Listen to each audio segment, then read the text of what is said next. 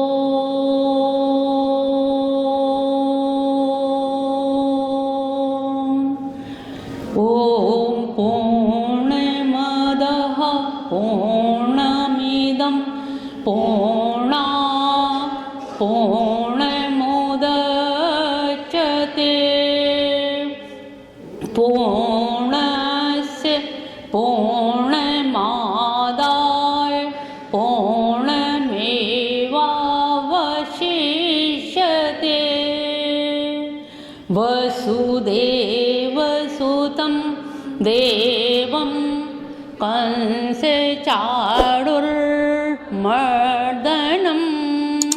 देवकी परमानन्दं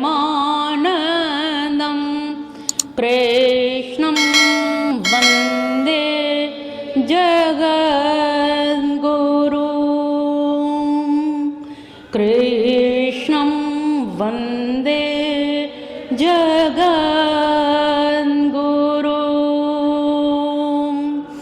कृष्णं वन्दे जगद्गुरुं।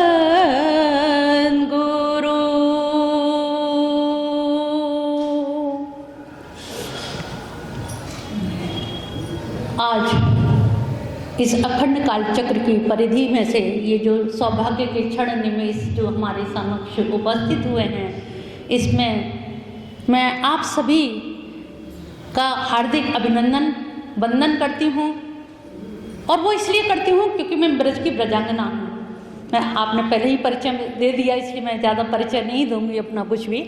तो ब्रज के होने के नाते लीरी बेन का और हमारी फूलबासन जी का, और विशेष रूप से मैं आप लोगों के लिए और आई हूँ कि आप इतना बड़ा कार्य कर रही हैं। मेरी तबीयत ठीक नहीं है, बहनें मेरे साथ में जो शिष्याएँ आई हैं, मैं 20 दिन से बेड पे थी और ये लोग मुझे पकड़ के लेके आई हैं कि नहीं हम लोग साथ चल रहे हैं आप। मैं बिल्कुल सुबह भी बीमारी की हालत में और गोली खा के किसी तरह यहाँ आई हूँ। कन्हैया जी वाला माधव आई हॉस्पिटल अलग से पता लगेगा।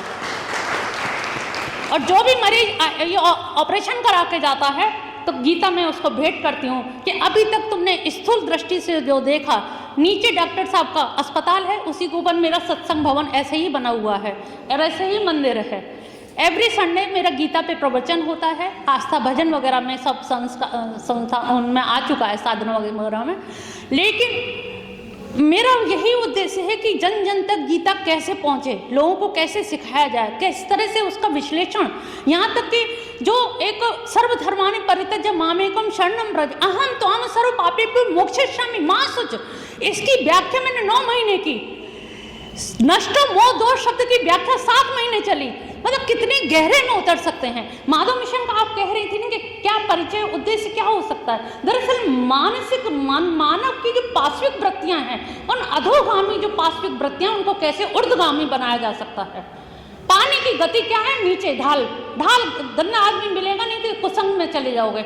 हम जेट मोटर लगाते हैं कि पानी ऊपर चढ़ जाए, तो विवेक की मोटर लगाना है कि जिससे हमारी ऊपर की तरफ चले जाएं।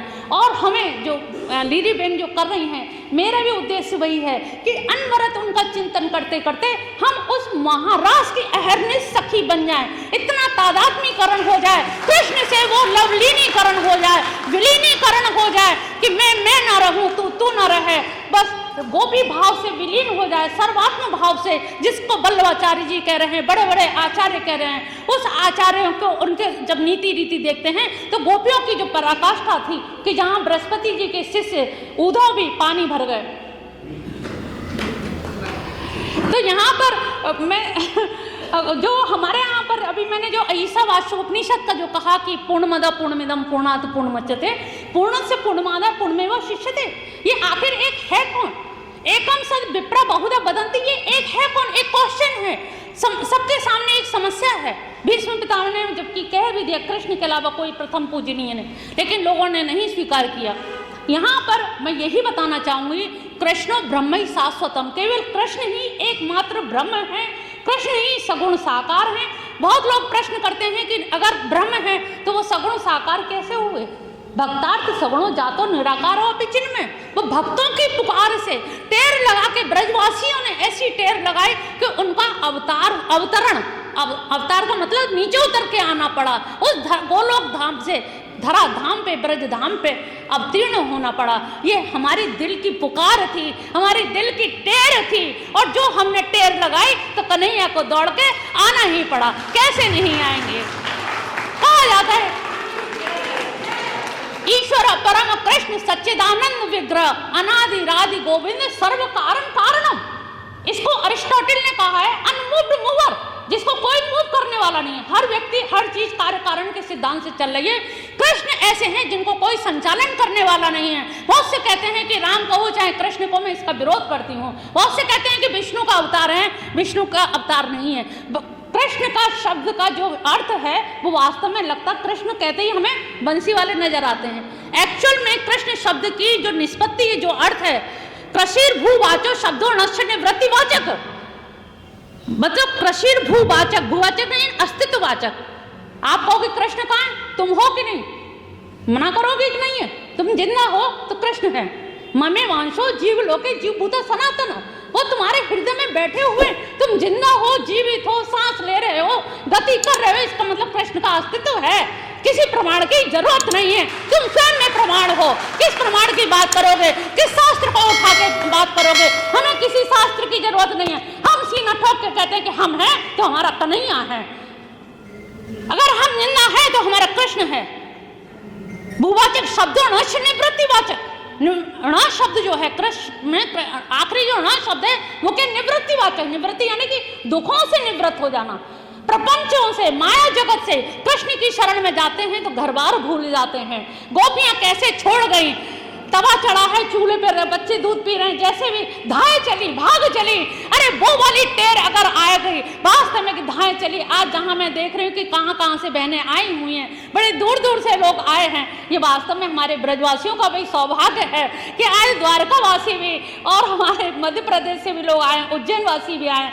ये सारे लोगों का जो महाकाल की भी बात कर रहे थे, तो वास्तव में हमारे कन्हैया का कोई जोड़ नहीं। उनका जो पूर्ण अवतार है, पूर्ण क्यों कहा जाता है? आपने देखा कि उन्होंने गेंद खेली ब्रज में, तो गेंद का खेल खेला तो ऐसा खेला कि आज विश्व स्तर पे गेंद खेली जाती है, चाहे फुटबॉल हो, चाहे क्रिकेट हो, चाहे वॉलीबॉल हो। नृत्य किया तो ऐसा किया कि शेषनाग का मस्तक छत बिछत हो गया। रास किया तो महारास बन गया। रथ हाका तो ऐसा हाका कि इंद्र का सारथी मातली भी मात खा गया। ग्रंथ लिखा तो गीता जैसा लिखा कि आज भी कोर्ट में गीता पे हाथ रखवाया जाता है। कहाँ गए वेद उपनिषद? उन पे हाथ क्यों नहीं रखवाया जाता? चाहे राष्ट्रपति जाए, चाहे प्रधानमंत्री, किसी की भी अगर मृत्यु होती तो गीता का ही पाठ कराया जाता है। तब वेद क्यों नहीं पढ़े जाते? तब कहाँ गए सारे पुराण? तो ये जो स्थिति अगर हम लोग रियलाइज नहीं करेंगे, समझेंगे नहीं, तो आपके अंदर का कॉन्फिडेंस लेवल नहीं बढ़ेगा। तो हम उस पूर्ण के वंशज हैं, उस पूर्ण से हम आ रहे हैं। उनकी परंपरा को हमें निर्वहन करना है कि वो 16 कलाओं को उन्होंने अतीता तक पहुंचाया। आपने देखो अपने बच्चों को किस कला में निपुण किया।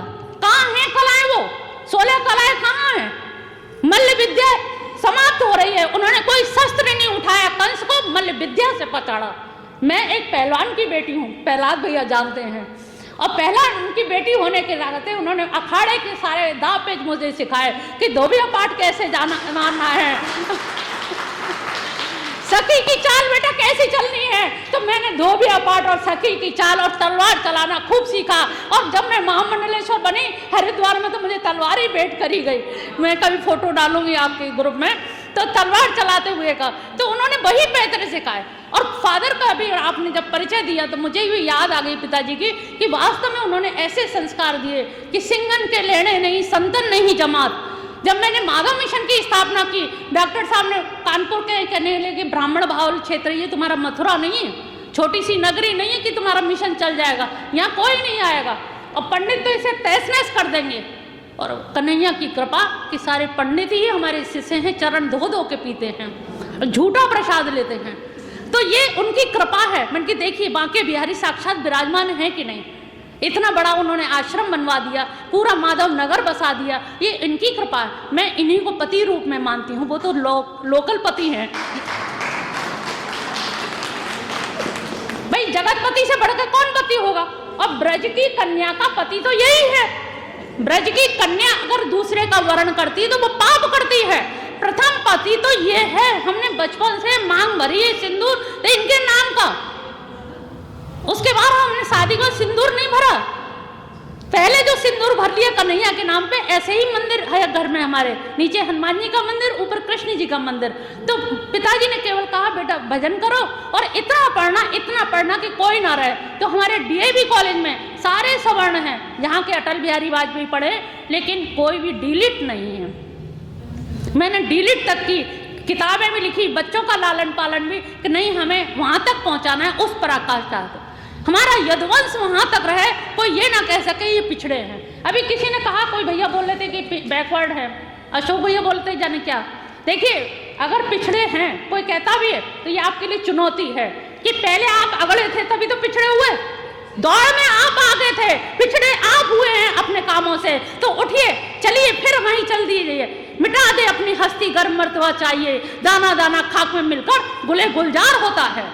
हम तो वो हैं कि लोग हमें बहते हुए दरिया में फेंक आए और हमें कि दरिया को समुद्र की तरफ मोड़ आए।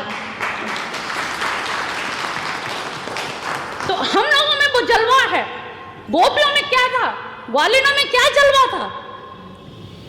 कहा जाता कि गूंज गरे सिर मोर पखा और चाल गयंद की मोह मन भावे, सांवर नंद कुमार सबे ब्रज मंडल में ब्रजराज कहावे।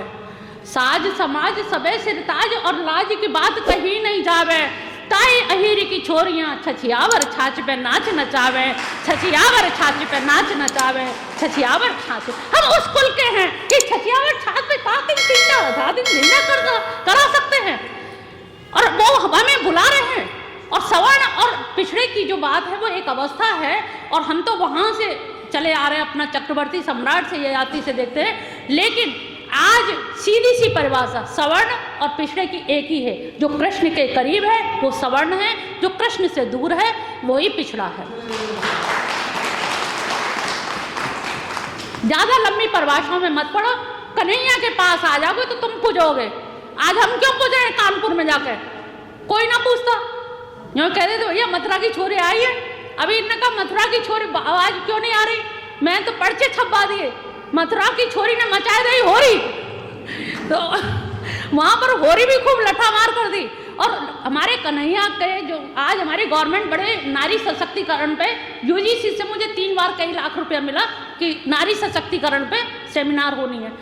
हाँ, सुप्रीम कोर्ट की जस्टिस ज्ञानसुधा मिश्रा थी, वो भी आई, बड़ा मतलब पहली बार आई कानपुर में, बहुत अच्छा भव्य हुआ। लेकिन मुझे लगा कि ये नारी सशक्तिकरण पे सरकार करेगी क्या, जो काम हमारे कन्हैया ने किया नारी सशक्तिकरण पे। हर नारी के हाथ में लाठी पकड़ा दी, मारो लाठी से चौराहे पे, होली के हुरंगा में, जो घर में पिटती रही हो तो पिटती रही हो, लेकिन आज खुले आओ मारो सबके सामने, लाठी पकड़ा दी, जाओ चलो स्वतंत्रता। इतनी स्वतंत्रता कौन सी गवर्नमेंट दे पाएगी, कौन से विदेश में मिल पाएगी, कहीं नहीं मिल पाएगी। लेकिन हम इतने भटक रहे हैं और वो कह रहे हैं क्यों भटक रहे हो, ते अपनी माँ में कौनते ये जनता अविधि पूर्वक हे कौनते, ये जो जो जहाँ जहाँ जिसकी पूजा कर रहा है ये अविधि पूर्वक कर मेरा ही रहा है। मैंने 1 लोटा जल यहाँ चढ़ाया तो वहाँ तक जाने में कितनी देर लगेगी, कभी नहीं पहुँचेगा, बहुत जन्म लग जाएंगे। मैं बस मिशन के माध्यम से, माधव मिशन में यही कहती हूँ, सीधे सीधे जल चढ़ाओ ना। मई सर्वमिदं प्रोतम मणि बढ़ाए, तो मणि की तरह से सूत्र के रूप में वो हम सबके जीवों के बीच में विद्यमान है। तो हम लोग इतने विखंडित क्यों हैं, विश्रंखलित क्यों हैं, बिखराव क्यों है, टूटन क्यों है, एकाकीपन क्यों है।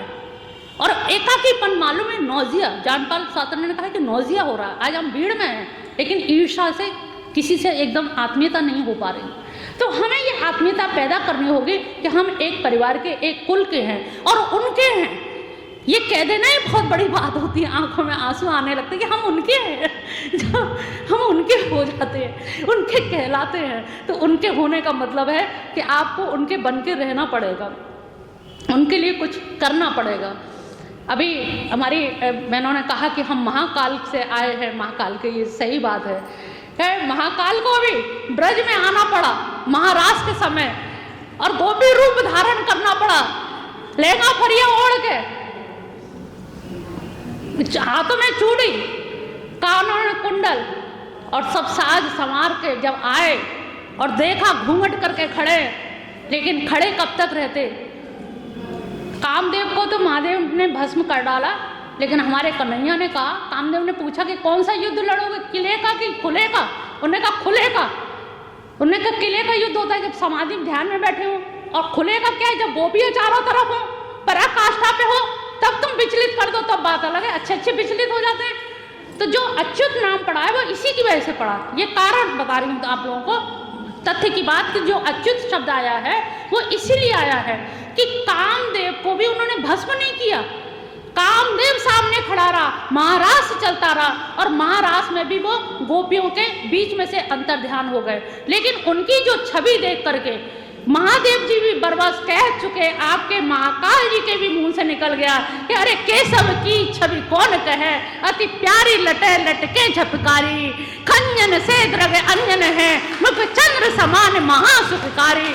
अरे विद्युत सौपट पीत कसे, अरे विद्युत सौपट पीत कसे, श्री कृष्ण बने छवि सो छवि न्यारी, ऐसे रूप अनूप सो, मन मेरे बसो नित्य कुंज बिहारी, मन मेरे बसो नित्य कुंज बिहारी, मन मेरे बसो नित्य कुंज बिहारी।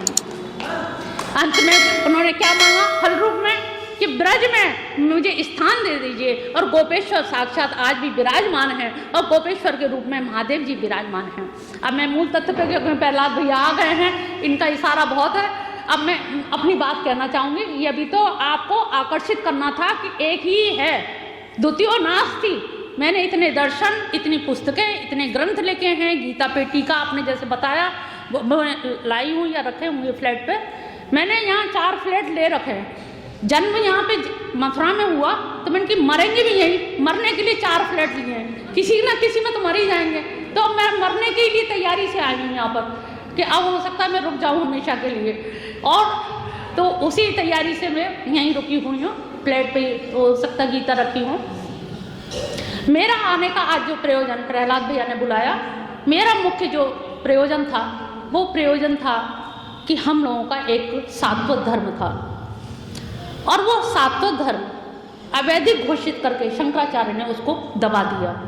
उसमें 32 ग्रंथ हैं, 1 लाख श्लोक हैं। जो सामने खड़ा हो उसे हटा दो, जो सामने खड़ा हो उसे हटा दो। 1 लाख श्लोक हैं, लेकिन वो 1 लाख श्लोक साजिशन समाप्त कर दिए, लुप्त कर दिए गए, ना चौखम्मा ना किसी प्रेस में अवेलेबल ही नहीं है। तो ये साजिशन जो समाप्त कर दिए गए हैं, तो उन्हीं की मैं पुनर् रिसर्च कर रही हूँ और उस पर मैं ग्रंथ लिख रही हूँ। सात्वत धर्म, यादवों का सात्वत धर्म था। बाहर बैठा दो, कह दो गाड़ी में बैठे, प्रहलाद भैया कह दो गाड़ी में बैठे।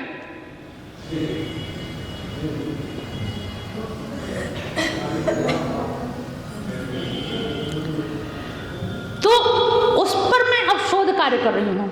ये लगता है कि भगवान कभी चैन से बैठे, एक दिन में फुर्सत में नहीं बैठे। अब मेरे काम सब हो गए, बेटे का ब्याह हो गया, वो भी आई सर्जन बन गया। अब मैं बता रही, हस्बैंड भी आई सर्जन है, तो वो स्थूल दृष्टि देते हैं, मैं सूक्ष्म दृष्टि देती हूँ। दोनों का काम दृष्टि पे ही है, तो दोनों दृष्टि दे रहे हैं। तो यहाँ पर सारे दायित्व पूरे होने के बाद अब मैं इस अपने सात्वत धर्म की, मैंने एक पुस्तक भी लिखी है यादवों का सात्वत धर्म, उस सात्वत धर्म की पुनर्स्थापना, पुनर्जागरण करने के लिए मैं मिशन मैंने स्थापित किया है। और उसके लिए यहाँ मैंने भूमि भी ले ली है गोवर्धन रोड पर, कि एक आश्रम बन जाए हमारा, एक सात्वत संप्रदाय का आश्रम बन जाए, जिससे हम यहाँ बैठे तो हमारा अपना निजी आश्रम हो कि हम वहाँ बैठ सकें।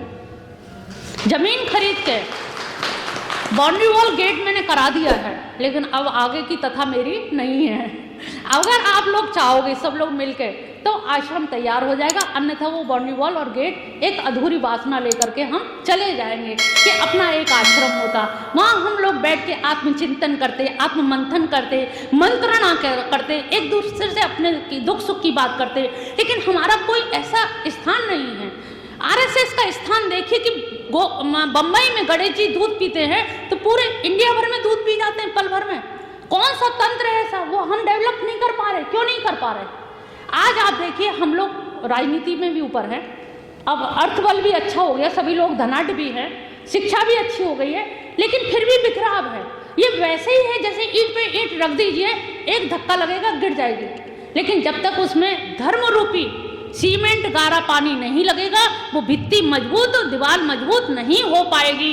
तो उस भित्ति को, अपनी एकजुटता को, अखंडता को मजबूत करने के लिए हम लोगों को अपने एक धर्म का जो है, उसके मेरे पास प्रमाण है, मैं किताब भी लाई हूँ, आप ले लीजिएगा मेरे से, गाड़ी में रखिए तो पुस्तक दे देना। तो हमारा एक दर्शन भी था, पांचरात्र दर्शन। अच्छा, तो पांचरात्र दर्शन और सातवां धर्म ये हमारे अपनी निधि है, और इस निधि को संरक्षित करने के लिए मेरा एक पर्पस था कि आप तक ये बात, आपके कानों तक पहुंच जाए। आप सुधीजन हैं, विद्वतजन हैं, तो इस कार्य में आप लोग सहयोग करेंगे। तो सूरसेन मंडल में भगवान कृष्ण ने स्थापना की थी, उसी चीज को हम पुनर्स्थापित, पुनर्जागृत करना चाह रहे हैं, पुनर्जागरण करना चाह रहे हैं। उसका लिटरेचर भी है मेरे पास, लेखन कार्य भी मैं कर रही हूँ, शोध कार्य भी कर रही हूँ, लेकिन वो कार्य तभी मनोबल बनता है कि कोई उसको और आगे बढ़ाने वाला भी हो। तो मेरे आप सब लोगों से विनम्र निवेदन है कि किसी तरह से अपने धर्म को पहचानो, स्वयं को पहचानो। जैनियों का धर्म है, उनमें कितनी एकता, सिखों का धर्म है, मुस्लिमों का धर्म है, 5 बार उनका बच्चा नमाज पढ़ता है, हमारा बच्चा 5 बार नतमस्तक होता है कृष्ण के आगे। वहाँ मस्जिद में जो बात कह दी जाती है सब फॉलो करते हैं। हमारा कोई एक स्थान है जो हम सब फॉलो करें? कोई स्थान नहीं है। कोई कहीं भटक रहा है, कोई खाटू श्याम में जा रहा है, कोई और जगह जा रहा है। तो ये जो भटकाव है, इस भटकाव को रोकने के लिए भगवान ने एक धर्म की स्थापना की थी कि सिख धर्म है, बौद्ध धर्म है, जैन धर्म है, मुस्लिम धर्म है, लेकिन हमारा अपना कोई धर्म नहीं। और जबकि जनबल इतना, बाहुबल इतना, लेकिन फिर भी अभाव। ये अभाव क्यों? इसके लिए ही मुझे यहाँ आना पड़ा, तबीयत खराब में भी, कि नहीं अगर ये बहनों में, क्योंकि धर्म के संवाहिका हमारी बहनें ही हैं। भागवत कहीं होती है तो बहनों की भीड़ दिखाई देती है। अगर तुम चाहोगी, तुम में वो शक्ति है, उस शक्ति का उपयोग करोगे तो ये धर्म बहुत आगे बढ़ जाएगा, धर्म मजबूत हो जाएगा। और जब धर्म के नाम पर आप काम करेंगे तो आपका लोक भी बनेगा, परलोक भी बनेगा। एक ही साधे सब सदे। तो इस तरह से जब ये एक उद्देश्य लेकर के आई थी आप सबके सामने, प्रवचन करना मेरा कोई कार्य नहीं था या ना उद्देश्य था, बस ये था कि एक संदेश आप तक पहुंच जाए कि अपना एक धर्म था। सीना चौड़ा के दम से आप कह सको कि हमारा अपना धर्म है। और आज जो हल्ला मच रहा है सनातन धर्म का, अरे हमसे ज्यादा सनातनी कौन होगा? गीता के 4थे अध्याय का पहला श्लोक आप लोग पढ़िएगा। इमाम विभस्पति जो कहा है कि भगवान कृष्ण कह रहे हैं कि सृष्टि के पहले ही मैं सनातन धर्म की स्थापना करके आता हूँ सृष्टि में। तो सनातन धर्म तो भगवान कृष्ण पहले से ही स्थापित करके आते हैं, तो हम तो पहले से ही सनातनी हैं। लेकिन एकदम से ये माघ मेले में हल्ला मच गया सनातन सनातन, तो ये गौरव से कहिए कि हम सनातनी हैं और हमारा अपना धर्म है, हमारा अपना दर्शन है। ये आपके अंदर एक धार्मिक चेतना, नैतिक चेतना, एक आध्यात्मिक चेतना जागृत होनी चाहिए। वही जगाने के लिए आई हूँ। उत्तिष्ठ जागृत प्राप्य वरानि बोधत। कब जागोगे? कब तक सोते रहोगे? अरे उठ जाओ, अब जागने का समय आ गया है। बलवंशी वारे की बोल बांके बिहारी लाल की जय, बोल गिरिराज महाराज की जय। जय जय श्री